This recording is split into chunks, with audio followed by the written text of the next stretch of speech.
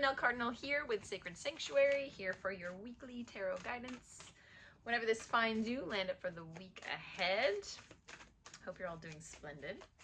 Pull 3 cards from the Wild Unknown Tarot. Just pull that to peek at it. Give credit where credit due. Wild Rebels leading the charge. Thank you, thank you, thank you. Okay. I mean, like nostalgia coming up, like old, I want to say cinematic adventures, old songs, old childhood. Ooh, yeah, like sacred and juicy, like things that nourish your inner child. Go, you know, cloud gaze. Is there a movie that you were addicted to as a child? Is there something you can you have a popsicle? Is it something that's popping out? Masculine energy. Is there something you can give to yourself that feels so, something your inner child is yearning for that you can just do for pure joy? I'm saying jump roping.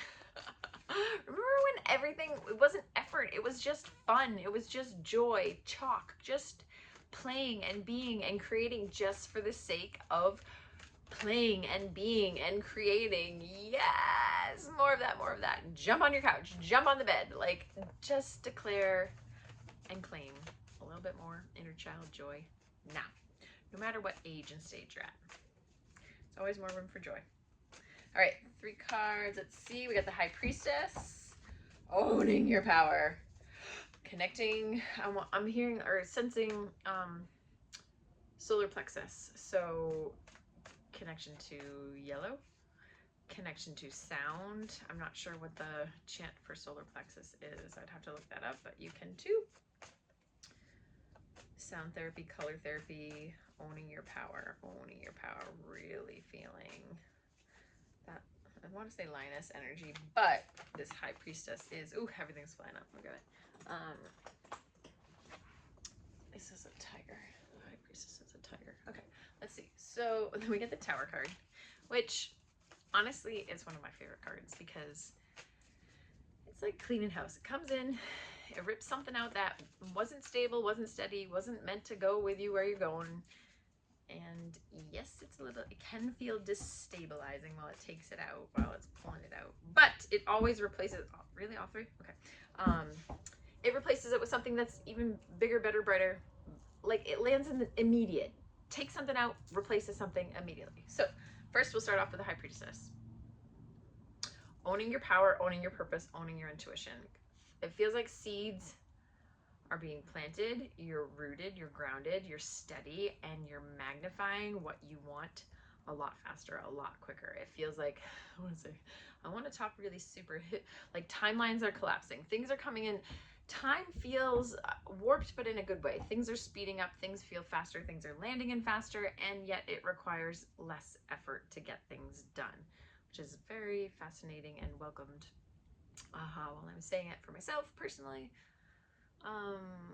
you know, it's like you have all the back end stuff. It's like you know how to organize your life. You know how to do it, so you've executed it. You have this like streamlined system and you stick to it, and then as we build and we grow, we have more capacity to take in more. You're not going to let the opportunity pass you by. You're no longer surrendering to things that don't serve you. You are finally admitting what your own wants, desires, needs are to get to that desired destination. You're trusting, you know, you have everything.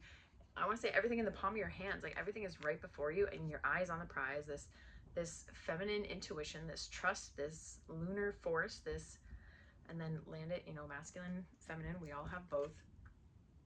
Trusting in your witchy powers, trusting in your wizard powers, however it is that you need to execute the next right step.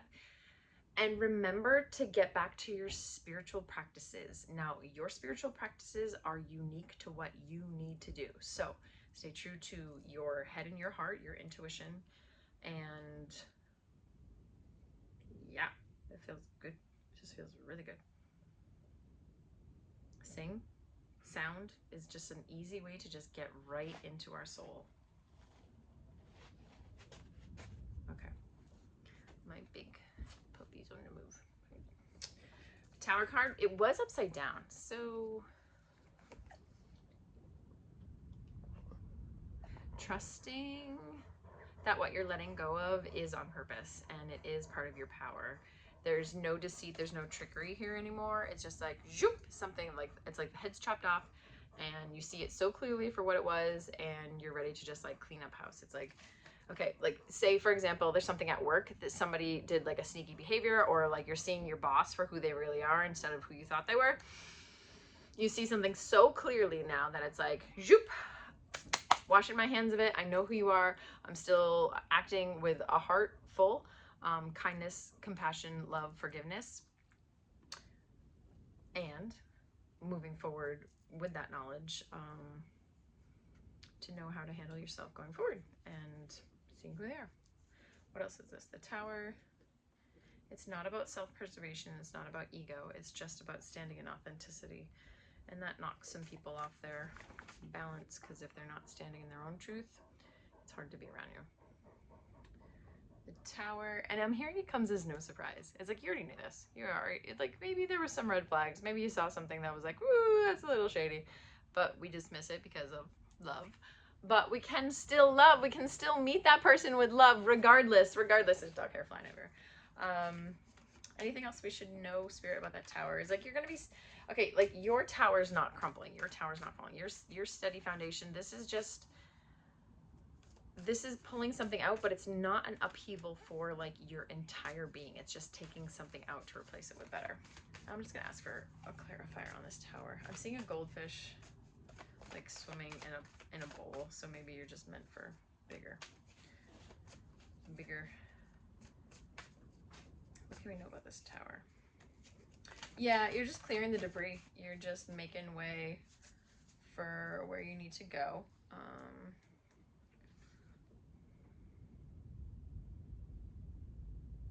And just taking that steady pause as I am, like the Nine of Wands here. It's like you know where you're going, like, but you are here and you have to clear the debris, and you know it's a little bit treacherous. It is like the path ahead.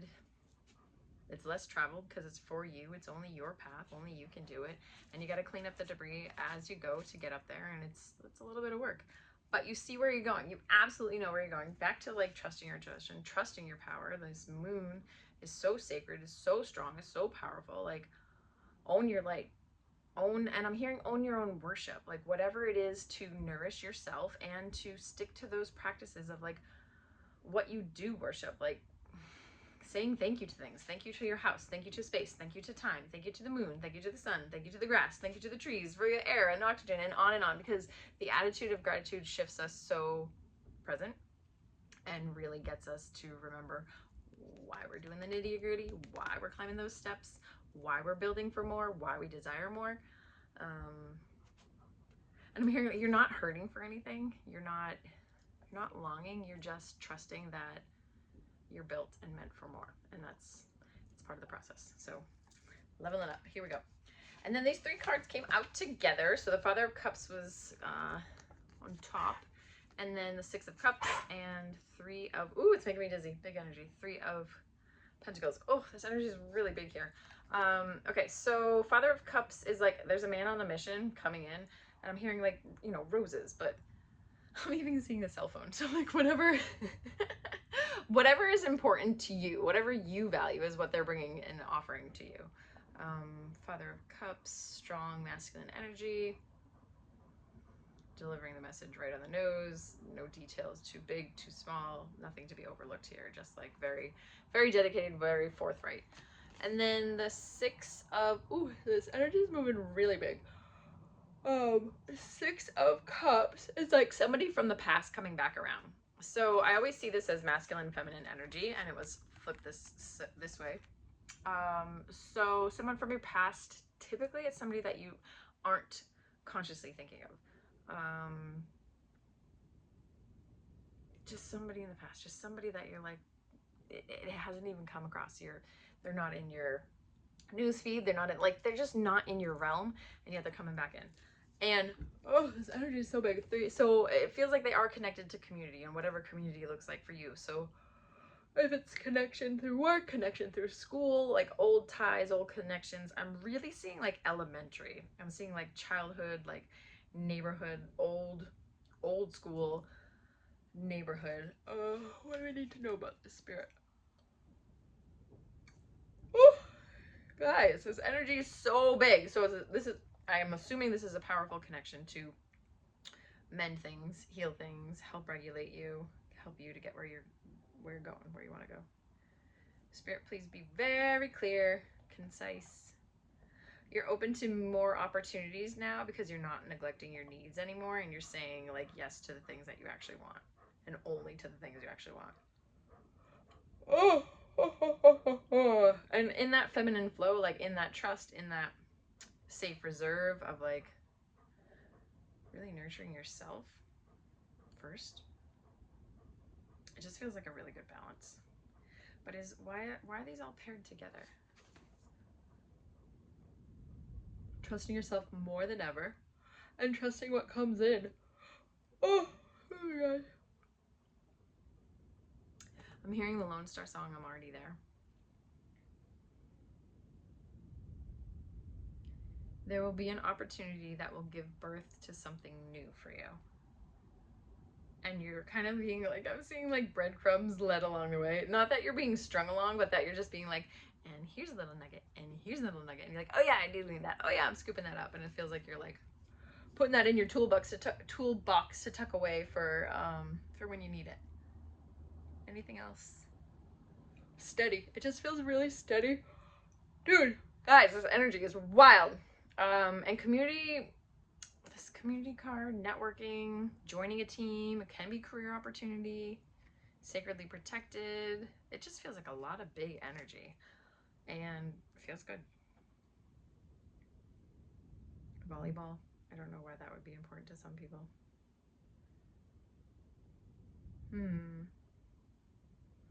Okay.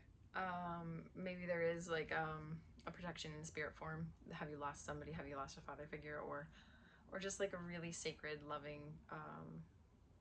beautiful soul connection, like a beautiful creature who is just kind of saying hello from beyond. From the past lingering. So different messages for different people because it's a collective reading.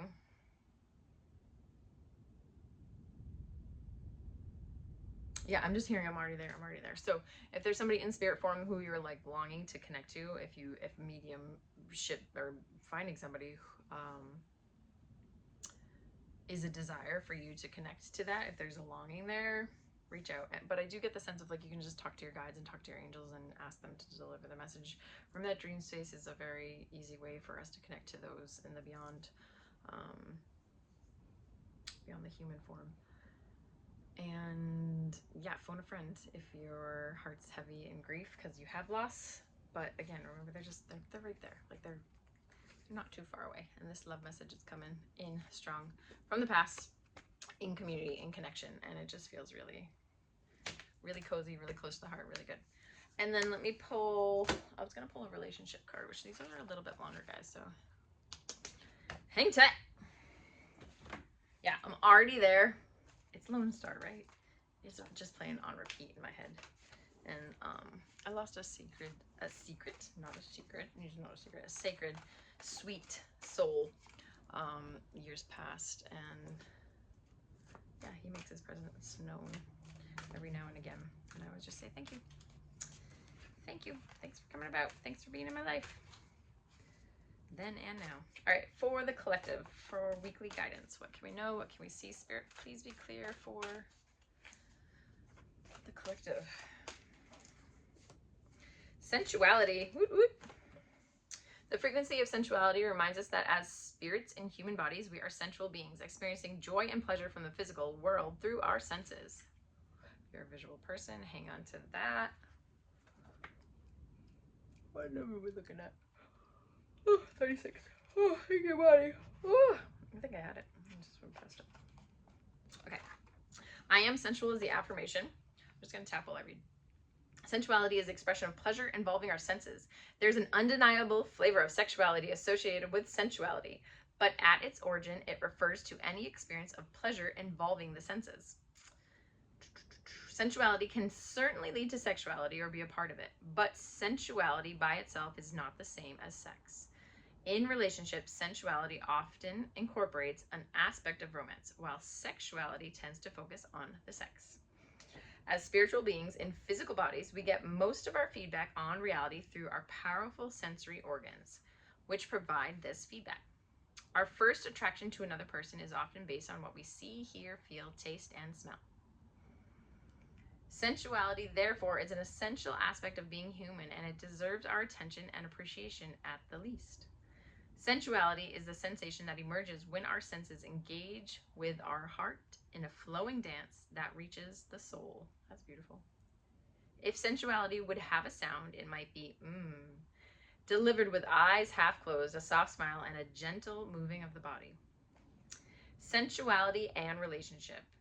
Touch activates oxytocin, the hormone of bonding, also known as the love hormone. We first experience this as a baby through the touch of our mother. Later in life, we experience this through the touch of a lover. Insufficient production of this hormone due to insufficient touch may affect our social behavior, emotions, appetite, sleep, mood, and libido. Although we know for a fact that touch promotes our health and well-being, our happiness, and our joy, there is still a lot of controversy around the topic of touch, sexuality, and sensuality. Unfortunately, sensuality is often put in the same box as sexuality, imposing all kinds of rules on which kinds of touch are acceptable and which are not. Sadly, we have almost completely lost the understanding of what true sensuality is and how it is essential to our well-being. We need to fill our senses to feel fulfilled and whole, and for many, but not all, this involves touch, safe touch. Food for thought. When was the last time you indulged in your sensuality and filled your senses with pleasurable experiences, or offered that to your partner? Do you get some form of bodywork done on a regular basis? How do you feel getting a massage from a stranger? Do you prefer a male or female massage therapist? Why? Go through your closet to find the articles of clothing that allow you to feel and be more sensual. Are there visual cues in your house or world that spark your senses? What kind or kinds of art or movies awaken your senses? Ask your partner these same questions so that your intimacy and connection deepen. And if you're not in partner or relationship, ask a close, dear friend who you can have that safe space with, just to connect and dive a little bit deeper with you. I love you. Know that. Hold that. Take only what resonates for and with you. If you want to do a deeper dive, a one-on-one reading, please reach out. I have online booking on my website, nellsacredsanctuary.com. And as always, tapping if you are interested in a one-on-one session or just the connection call to learn what clinical EFT is about and how it can help you. Please reach out, or again, just book online through my website. I will be with you again so soon. I love you. Know that. Hold that. Good to your heart. Bye.